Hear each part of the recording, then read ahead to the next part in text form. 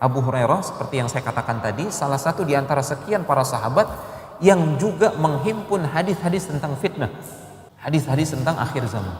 Salah satu yang beliau pernah ceritakan tentang diri beliau, diriwayatkan oleh Al-Imam Al-Bukhari rahimahullah ta'ala, hafidhtu min Rasulillah sallallahu alaihi wasallam wi'aini. Aku hafal dari Rasulullah sallallahu alaihi wasallam 2 bejana ilmu penuh, 2 bejana ilmu. Hadis-hadis Rasulullah sallallahu alaihi wasallam maksudnya ya.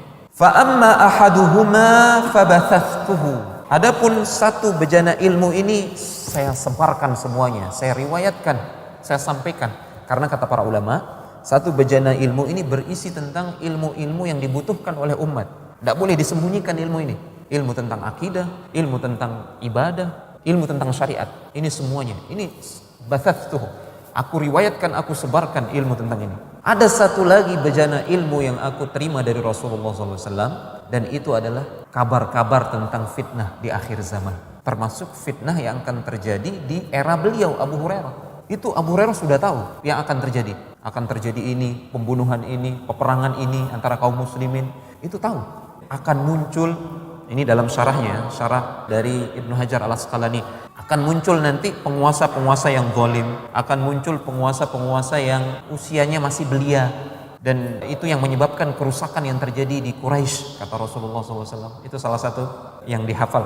Yang ini kata Abu Hurairah, wa ammal akhar falau bathathuhu quti'a hadzal bul'ub, quti'a hadzal bul'ub. Adapun bejana ilmu yang ini tentang fitnah-fitnah ini, ya, tentang munculnya penguasa yang zalim, ya, penguasa yang berusia belia, terjadi peperangan ini, ya, perebutan kekuasaan ini dan itu. Ini kalau saya ceritakan, kalau saya riwayatkan, ini kerongkongan saya ini akan putus, kata Abu Hurairah. Kata para ulama, yang beliau sembunyikan itu adalah berita dari Rasulullah akan munculnya penguasa-penguasa yang zalim.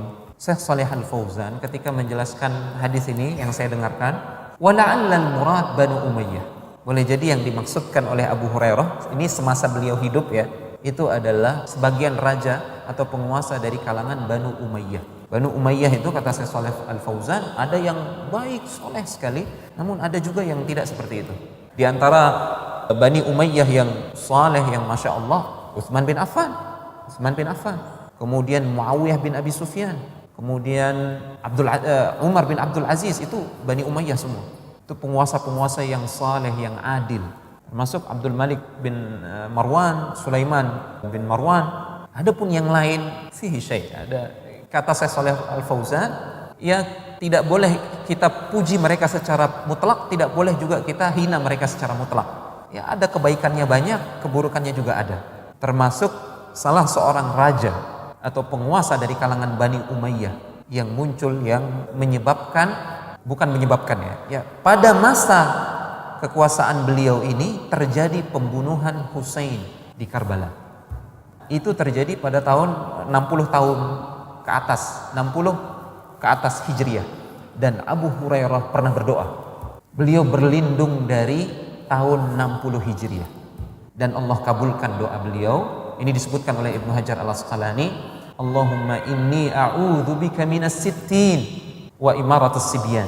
Ya Allah, aku berlindung kepadamu dari mendapati era tahun 60-an 60-an Hijriah maksudnya. Itu ketika era kuasaannya Yazid bin Muawiyah. Dan beliau berusia belia. Yazid bin Muawiyah ini usianya belia. Dan aku berlindung kepadamu ya Allah, kata Abu Hurairah, dari pemimpin yang usianya masih belia. Kita tahu Rasulullah SAW diutus menjadi Rasul saja di usia 40. Nah, Yazid bin Muawiyah disebutkan dalam tarikh usianya di bawah. Dan betul, Allah mengabulkan doanya Abu Hurairah. Beliau wafat tahun 59 Hijriah. Subhanallah. Beliau wafat tahun 59 Hijriah. Beliau minta kepada Allah, jangan saya bertemu dengan zaman itu, zaman fitnah. Dan betul, itu zaman fitnah. Husain cucunya Rasulullah SAW terbunuh dengan zalim, mazlum. Kemudian keturunan-keturunannya para sahabat banyak yang terbunuh. Abdullah bin Zubair terbunuh. Munculnya Al-Hajjaj bin Yusuf Al-Thaqafi, disebut-sebut sebagai penguasa yang zalim. Kufah dan Basrah ketika itu membunuh sekian banyak para ulama. Fitnah. Dan itu didapati oleh sebagian para sahabat yang masih hidup, yang masih berusia panjang. Adapun Abu Hurairah, beliau minta khusus, jangan saya sampai ketemu dengan masa itu ya Allah. Dan beliau diwafatkan oleh Allah pada tahun 59 Hijriah. Intinya adalah kita lihat riwayat dari Abu Hurairah ini, beliau sampai mengatakan, saya hafal 2 bejana ilmu. Bukan hanya ilmu tentang syariat ini dari A sampai Z, tapi juga saya hafal tentang fitnah-fitnah di akhir zaman, tanda-tanda kiamat di akhir zaman, itu saya hafal. Sebagiannya tidak saya riwayatkan. Ini dalil kata para ulama bolehnya menyembunyikan sebagian ilmu, terlebih jika ilmu itu tidak terlalu bermanfaat untuk diketahui.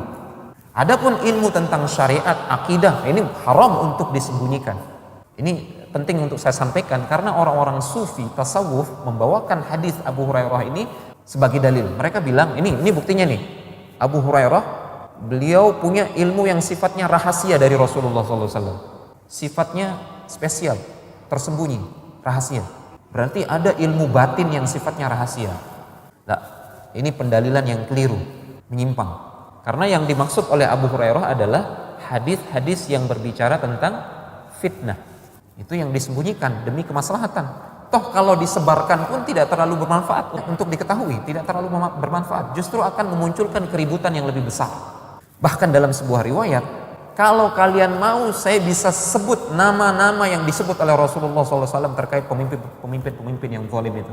Sampai nama-namanya ditahu oleh Abu Hurairah. Pernah dikabarkan oleh Rasulullah SAW. Rasulullah mengabarkannya supaya para sahabat bisa mengambil mauqif syar'i, prinsip yang sesuai dengan syar'i terkait fitnah yang terjadi. Nah, itulah tujuan terbesar kita belajar tentang hal ini. Ikhwati fillah, kita belajar tentang fitnah akhir zaman ini supaya kita bisa bersikap dengan benar sesuai tuntunan syar'i.